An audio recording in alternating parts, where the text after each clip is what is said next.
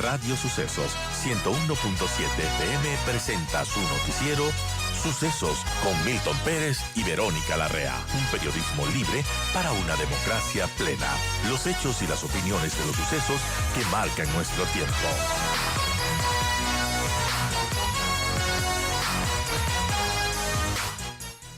Gracias a Mauricio Espinel, director ejecutivo del INDO, del Instituto Nacional de Donación y Trasplante de Órganos, por estar aquí comentándonos sobre cómo está esta situación, porque hace un año tenía datos, el doctor, de que entre el 10 y 20% de pacientes morían antes de recibir un órgano donado en nuestro país. Esa cifra, ese porcentaje ha mejorado. ¿Cómo estamos ahora? Buenos días, muchas gracias por esta invitación a este espacio de educación, de información de tan amplia difusión. Tú decías, está tomando fuerza y eso es lo que quisiéramos, porque hay alrededor de 2.000 personas en lista de espera. Yo digo en lista de desesperación, es decir, que tienen su problema de insuficiencia, sea del riñón, sea de su corazoncito, sus córneas no funcionan, por tanto no pueden ver. Es decir, alguno de sus órganos no funciona, tiene algún problema y está esperando que haya un donante que sea compatible con él para poder recuperarse. Yo digo, me dedico al negocio, entre comillas, de los repuestos. La ciencia, la tecnología ha permitido desarrollar técnicas que permiten aprovechar órganos de personas que fallecen, que un especialista, tú decías, la gente tiene miedo porque piensa que le van a coger por ahí en el parque, así dicen muchos, es que si tiene sí en mi cédula me van a coger en el parque y me sacan todito. No funciona así. En un hospital de especialidad, en un servicio especializado, un especialista neurólogo o un terapista intensivo o un emergenciólogo determina muerte cerebral, es decir, ya no hay regreso, y entonces se procede a iniciar el proceso de verificación, de seguridad, una serie de cosas que tienen que hacerse en 8 horas para conseguir que ese donante potencial se haga donante efectivo y pueda salvar hasta 8 vidas, imagina. 8 vidas se pueden salvar con una persona que dona. Y hasta 30 personas pueden beneficiarse de tejidos. La piel, por ejemplo, una niñita que tiene una quemadura del 42% ahí en el hospital. Si en tratamiento con piel va a mejorar su proceso de cicatrización, de curación y además con menos dolor. Y así con huesitos, tendones, nervios, músculos, válvulas cardíacas, córneas. Alrededor de 1.000 personas están esperando por una córnea para poder volver a ver.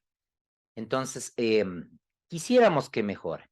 Como tú decías, la ley en el 2011, en el Ecuador tenemos una ley que permitió que se regule este tema y gracias a eso, por las sanciones drásticas que tiene y todo el trabajo que hace el INDO de regulación, control, normativa, registro, certificación de equipos, de clínicas, de médicos, etcétera, se ha neutralizado. No existe tráfico de órganos en el Ecuador.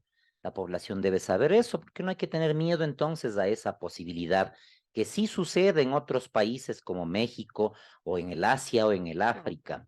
Entonces aquí está todo regulado y seguido y como las sanciones son muy drásticas, más de 8 años de cárcel, si una clínica se le ocurriría hacer un procedimiento de estos, se le cierra y van esas personas a la cárcel y pierden su posibilidad de seguir trabajando.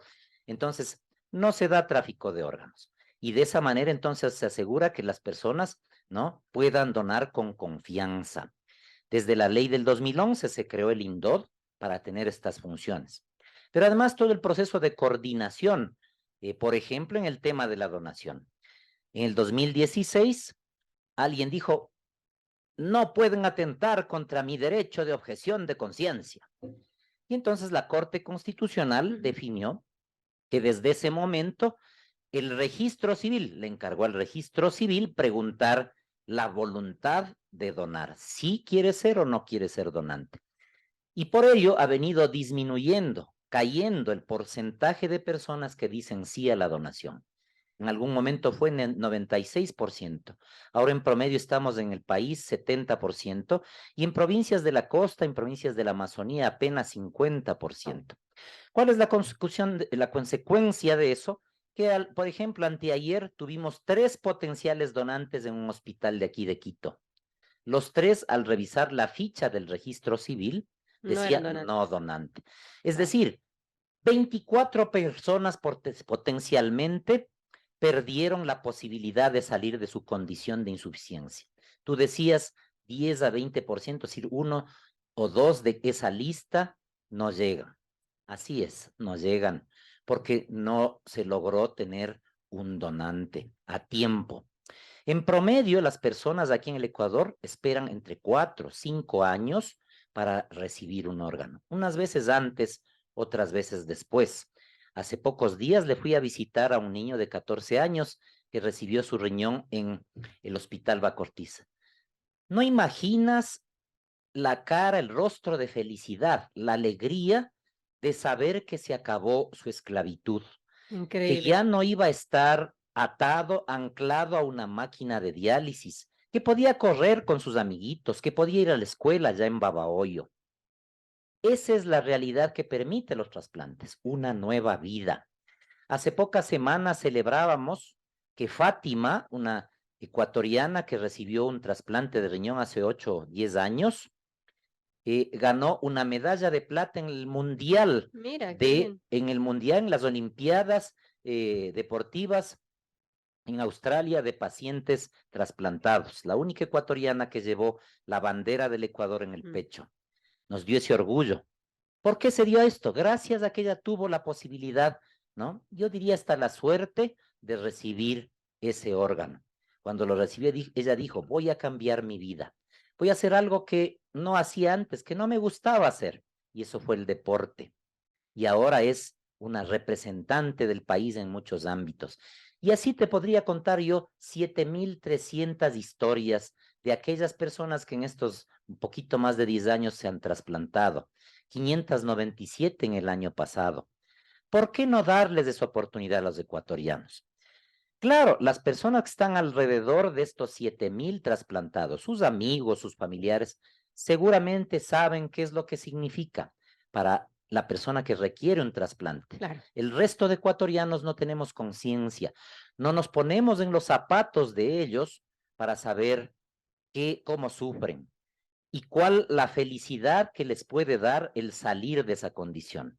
Ayer recibí un video de un querido amigo salubrista que hace 3 meses estaba muriendo por una insuficiencia hepática y me saludaba desde el malecón de Guayaquil, le operaron en Guayaquil, está todavía en su proceso de recuperación. Apenas 3 meses para ya estar caminando, sonriendo, junto a su familia y con ansias inmensas de volver a servir a la comunidad ecuatoriana en el ámbito de la salud pública.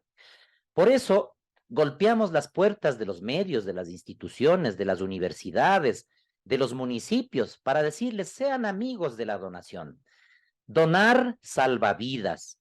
Dile sí a la donación, dile sí a la vida.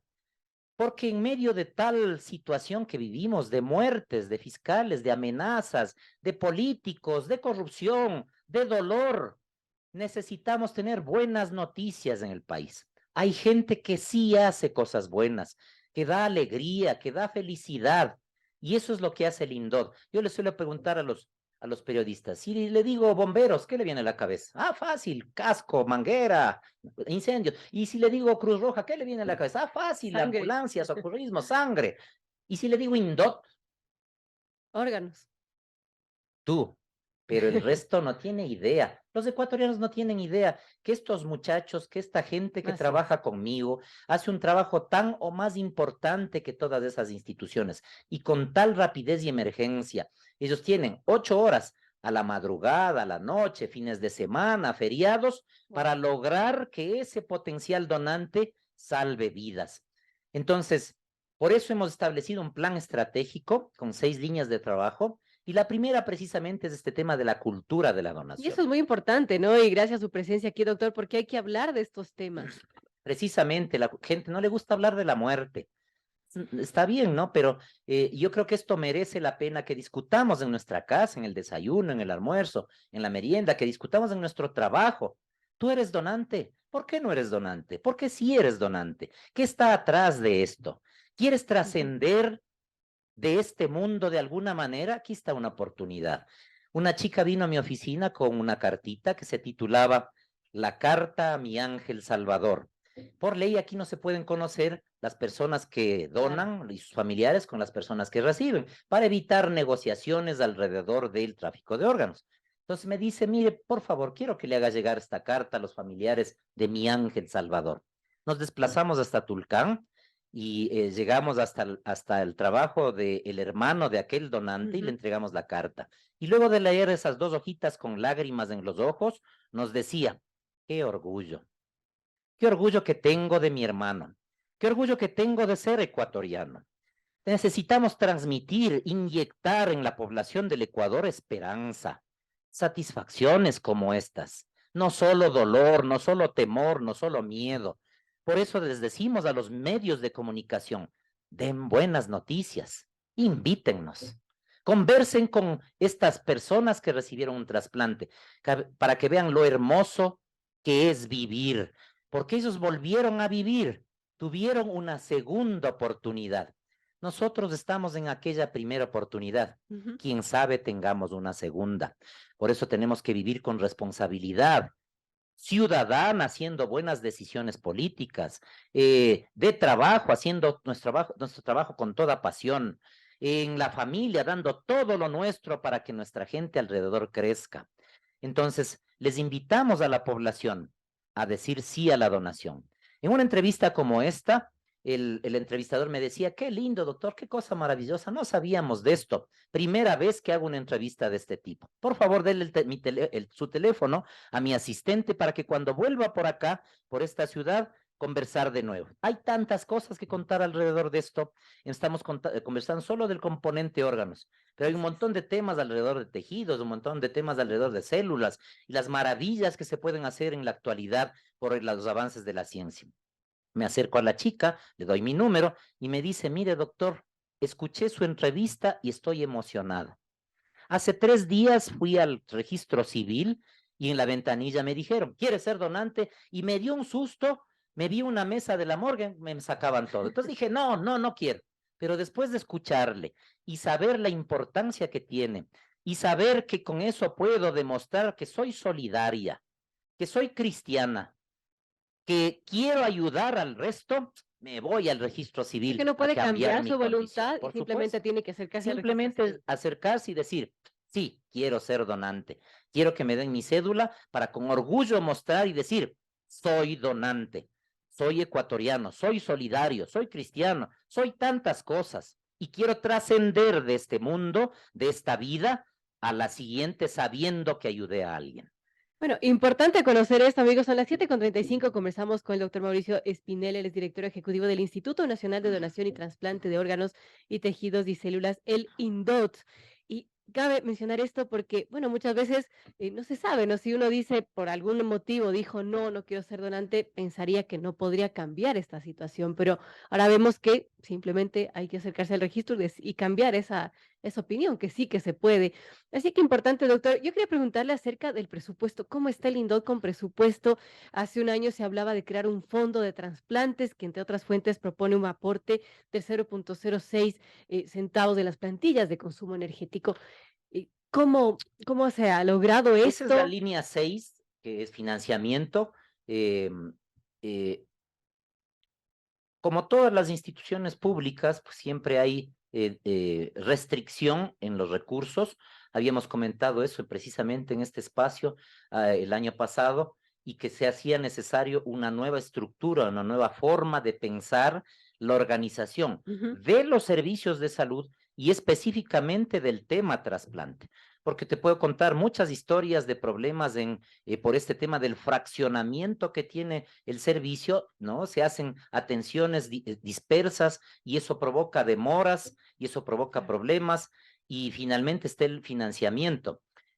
Para poner un ejemplo, el Hospital Eugenio Espejo, aparte de los 2,000 que están ya en la lista de espera, tienen otros 400 que están en proceso de exámenes, en proceso de planificación para llegar al trasplante. Hay que recordarle a la población que alrededor de 20,000 personas están en diálisis, es decir, ya no funcionan sus riñones.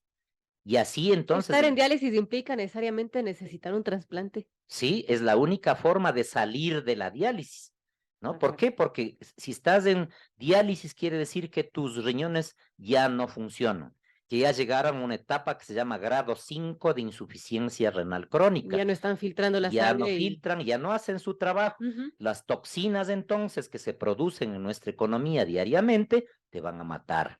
Wow. Entonces, por ello, pues se hacen las diálisis. Después hemos de comenzar, ¿por qué 3 veces a la semana? ¿Por qué no todos los días? Nuestros riñones están filtrando todos los días, todas las horas, ¿no? Es un tema económico. Entonces, de equilibrio de salud versus muerte. ¿Con cuánto logro un poquito menos muerte y un poquito más de vida? Entonces, más de 20,000 personas esperando, ¿sí?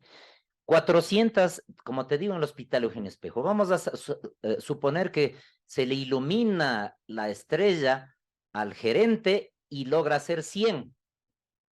Se le acaba el presupuesto.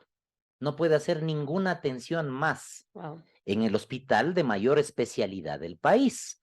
Entonces, no podemos mantener ese esquema. Hemos iniciado la lucha desde nuestra trinchera para conseguir ese fondo, que nosotros calculamos el año pasado, a fines del año pasado, que nos permitiría duplicar los trasplantes para este año. Pero los temas políticos influyen en todos los ámbitos, porque en el ámbito de la salud pública, no son cosas de un día para otro, son temas que hay que construirlos paso a paso, bloque a bloque, para tener una estructura sólida de un sistema de salud. Si no se ha hecho eso, si no se hizo eso durante los 10 años de aquel gobierno, entonces, a pesar de que se decía que se hizo maravillas, entonces tenemos lo que sucede ahora, un sistema flojo, que tiene una serie de problemas, de temas que hay que ir reestructurando. Y esa fue la propuesta precisamente, que lastimosamente no se ha concretado. Nosotros también proponíamos alrededor de eso que esto no tiene que ser objeto de este director ejecutivo o de la institución, tiene que ser un propósito de la comunidad, de la sociedad civil. Y por eso yo he comentado en las radios, en revistas, a las organizaciones de pacientes, a las instituciones, tenemos que crear un frente común para defender este tema, para defender la posibilidad de que miles de personas vuelvan a vivir. La estructura del proyecto está lista y está a la disposición de quien quiera revisarla y tomarla como a causa de lucha, así como toman causa de lucha otras cosas, por ejemplo, ser presidente de la República. Qué importante. Bueno, el tiempo se nos acaba y quiero agradecer al doctor Mauricio Espinel, director ejecutivo del INDOT, es el Instituto Nacional de Donación y Trasplante de Órganos, Tejidos y Células.